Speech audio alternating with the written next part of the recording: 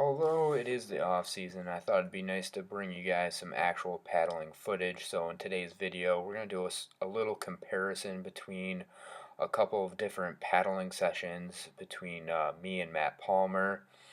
I want to thank Matt for letting me use this footage for this video. And I also want to open this up to the YouTube community. So I want your guys' take on what you guys think of each of our forms and any suggestions that you guys might have. I think this is a good opportunity to start a good communications about our paddling technique. So these first couple clips are just at full speed, and my clip that you're watching right now was from August, and the clip that Matt is in is from November. So I wanted to do, 30 seconds or so of paddling at normal speed, just so you can see the rhythm of the paddle stroke and everything like that. And then we're gonna start to overlay and get some interesting shots to so you can actually compare these side by side. So now you're gonna see, now we're in a split screen.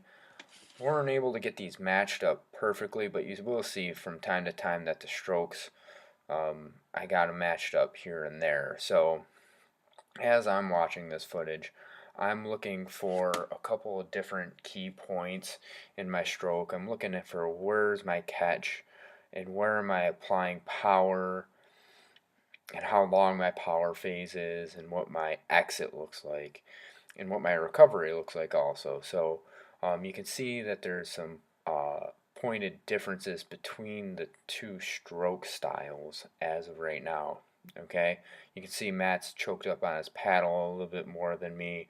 You can see I have a little bit more upper hand movement, and this is a cool little shot. What I did is I overlaid them and then took the opacity down on the overlay so you can see both of the shots simultaneously.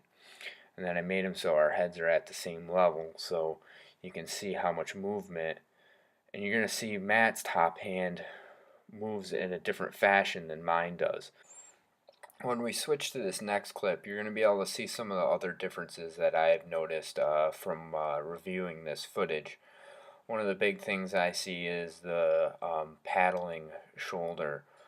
You see my paddling side shoulder is moving forward and dropping down, whereas you don't see that as much when you compare that to Matt's.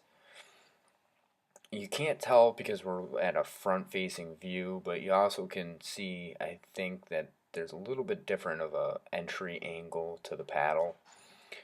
But definitely something that I notice on my own stroke that needs to be improved is you can watch it right here when I go in, and right there I'm not getting that catch perfect. So it needs to be cleaner, it needs to be quicker. So I'm right there, right there, right there. Now I'm applying force. So there's all that wasted effort.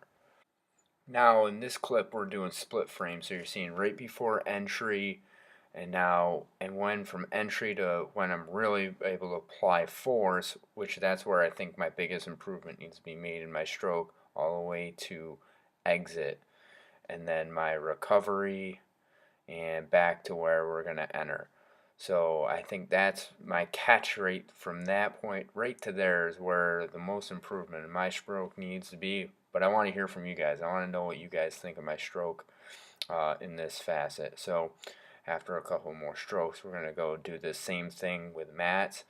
So as we come up, you're going to see he has a little bit higher recovery, and then see that angle that he's putting the paddle in, slightly different than mine.